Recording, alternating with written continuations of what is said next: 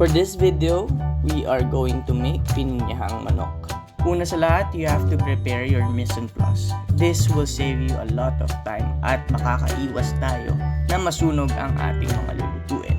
If you have something to measure, to slice, this is the perfect time to do it.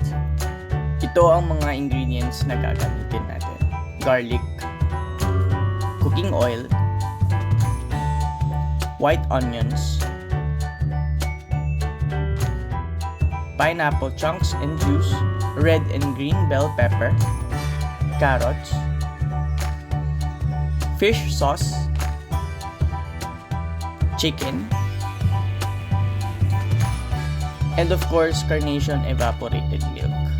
The exact measurement of ingredients will be listed down below. First step natin ay i-marinate natin ang ating chicken for 30 minutes. Make sure covered lahat ng parts ng chicken. Cooking oil in. Open the fire.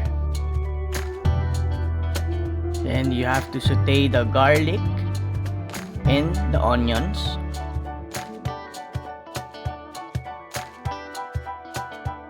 Now the next step is to put in the chicken and cook until the color of the outer part turns light brown.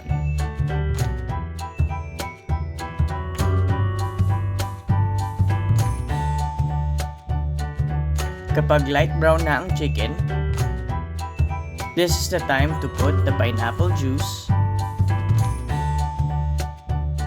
and the Carnation evaporated milk. Kapag nalagay na natin, papakuluan na natin ito.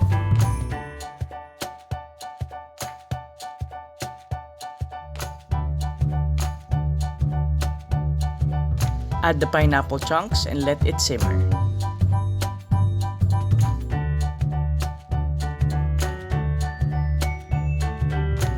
After that, ilagay na natin ang carrots and simmer for 5 minutes. Add the bell pepper and fish sauce and then simmer again for 3 minutes. And this is the perfect time to taste it. So if you want to add something, you can add salt or pepper to enhance the taste.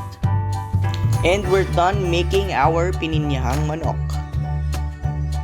Itong dish to ay perfect with white rice and of course with your family. So serve it hot and enjoy your Pininyahang Manok.